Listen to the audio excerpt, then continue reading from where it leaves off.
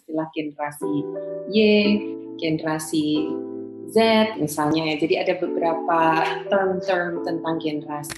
Bisa jadi satu generasi karena situasi politik, situasi ekonomi, situasi sosial tertentu, termasuk berkembangnya teknologi misalnya, itu memiliki beberapa karakteristik tertentu.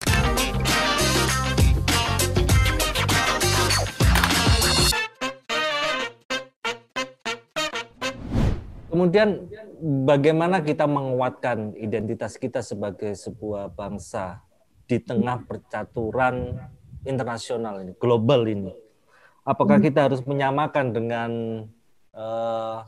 kalau saya sih nggak menyebut kompetitor, kolaborator, atau kita ya jalan aja sendiri dengan keindonesiaan kita? Kalau kita skupnya Indonesia, jadi kita jalan dengan kendesoan kita. Meskipun seperti yang disampaikan Mbak Wendy tadi, deso kadang-kala juga tidak cukup baik sebutannya, artinya tidak ya deso. Padahal hari ini pembangunan itu ujung tombaknya di desa kan gitu. Artinya menjadi deso pun penting karena dia menjadi ujung tombak pembangunan kita dewasa ini.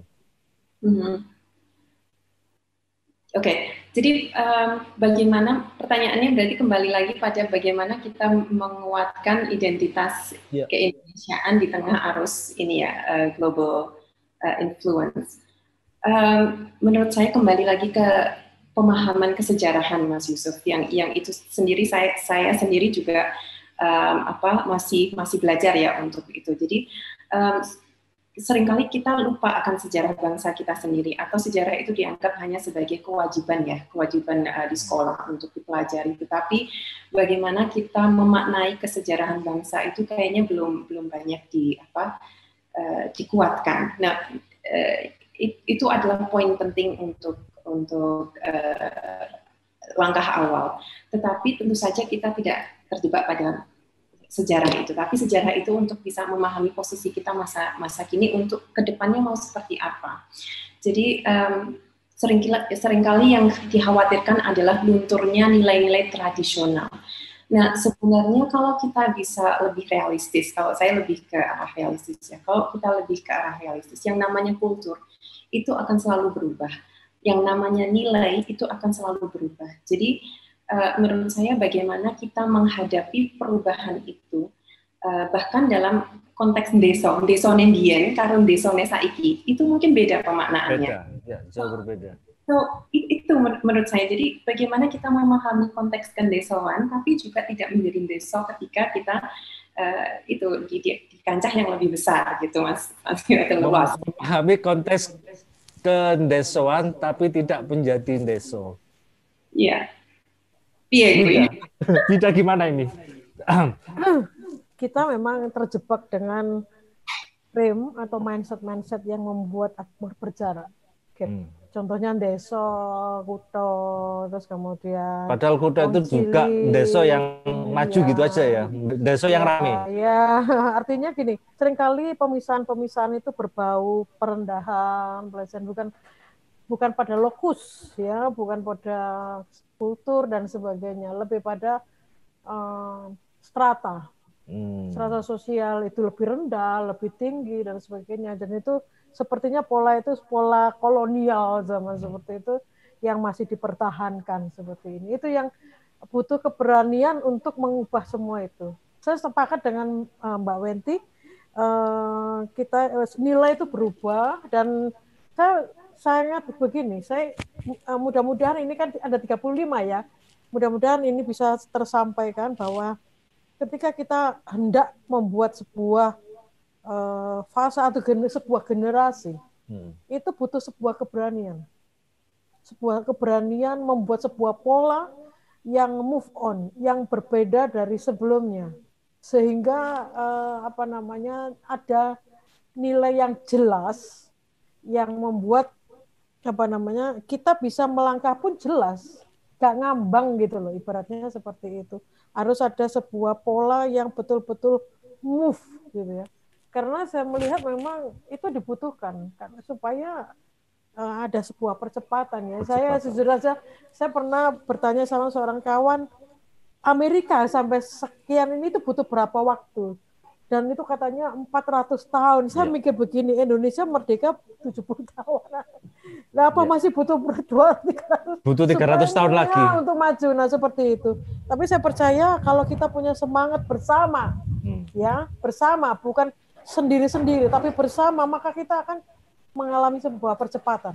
Jadi untuk percepatan kan dibutuhkan pola perubahan yang bisa jelas, harus keberanian. Ya, yang harus dilakukan dengan berani dan dilakukan bersama-sama. Ya. Kalau menurut Mbak Wenti, pola perubahan ini dimulai dari mana? Apakah pendidikannya atau perekonomiannya atau seperti apa? Ataupun kalau ditarik ke yang lebih kecil di keluarga. Pola perubahan menyongsong masa depan, menyiapkan generasi muda, itu dimulai dari mana dulu? Atau tahapannya seperti apa? Oke. Ya, karena saya orang pendidikan ya, jadi saya percaya betul bahwa untuk menyiapkan generasi muda itu ya mulainya dari pendidikan. Tetapi yang harus diingat adalah konektivitas antara pendidikan dan perekonomian. Kalau kita mau memakai perspektif human capital theory ya, yang sebenarnya banyak kritiknya terhadap itu, tapi itu nampaknya salah satu teori yang cukup berperan ya.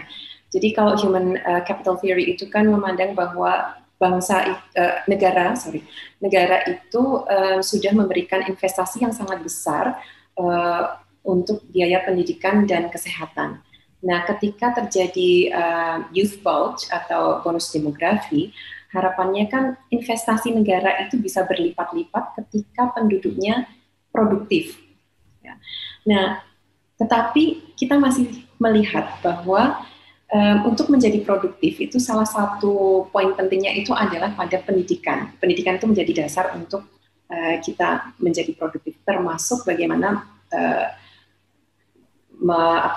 mematchkan misalnya antara dunia pendidikan dengan dunia kerja. Jadi labor participation of young people itu di Indonesia masih rendah.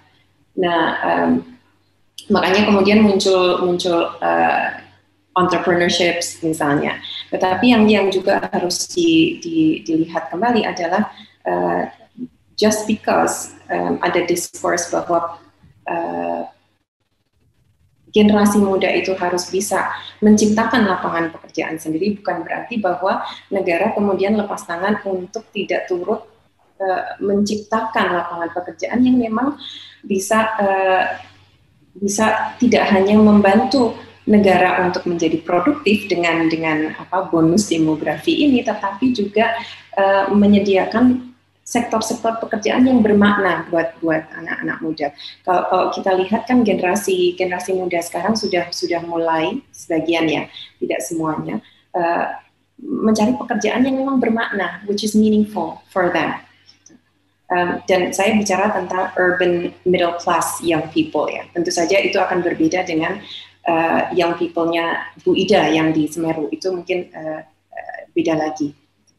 Jadi menjadi produktif dengan penyediaan lapangan kerja yang bermakna bagi mereka. Karena pendidikan kita sekarang ini kan mau tidak mau kita harus akui sedang dalam kondisi shifting. Kita sudah merasa jenuh ketika pendidikan kita hanya menghasilkan manusia pekerja. Hanya menjadi bagian dari mesin produksi, tetapi tidak menentukan arah produksi itu sendiri. Apakah Mbak Wenti ini setuju shiftingnya pendidikan hari ini? Ya, itu yang menjadi that's exactly the critique terhadap teori human capital.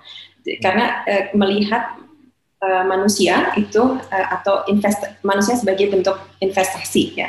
dan itu investasinya harapannya adalah nanti bisa dikembalikan dalam bentuk produktivitas yang dilihat dari economic growth atau pertumbuhan ekonomi.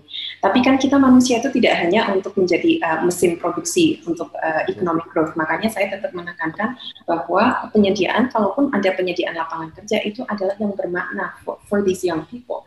Nah, itu harus ada match menurut saya dengan pendidikan, orientasi pendidikan kita kemana. Sehingga makna terhadap work atau makna terhadap pekerjaan itu juga bisa dibentuk dari pendidikan. So we can be productive, but we can also be happy at the same time. Gitu. Bayangan saya sih seperti itu.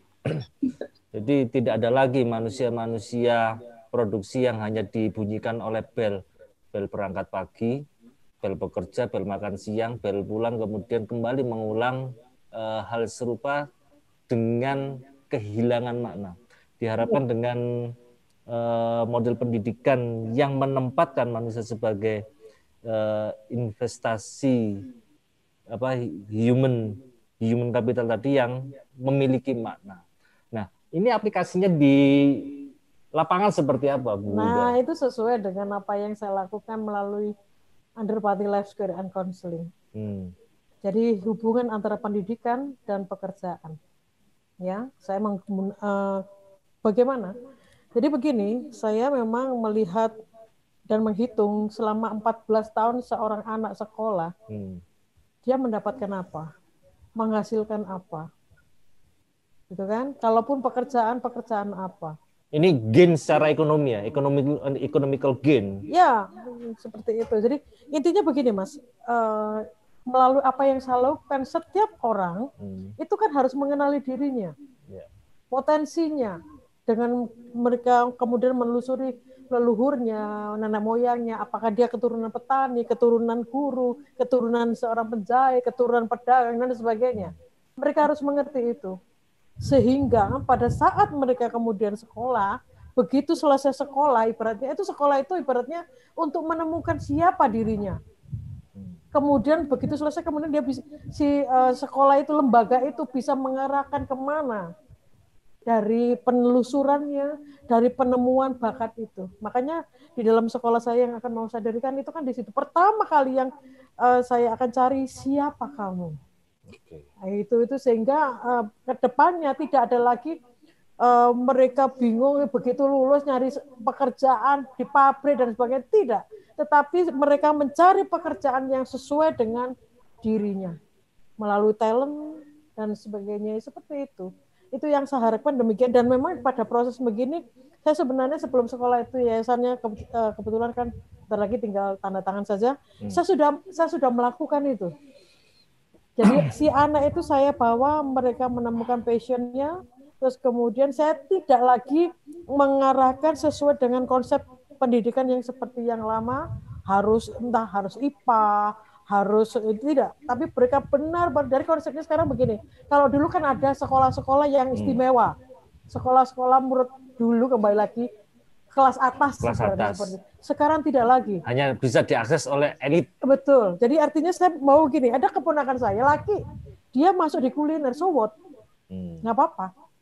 Gitu kan. Selama ini kan laki-laki nggak di dapur dan sebagainya. Itu saya bongkar.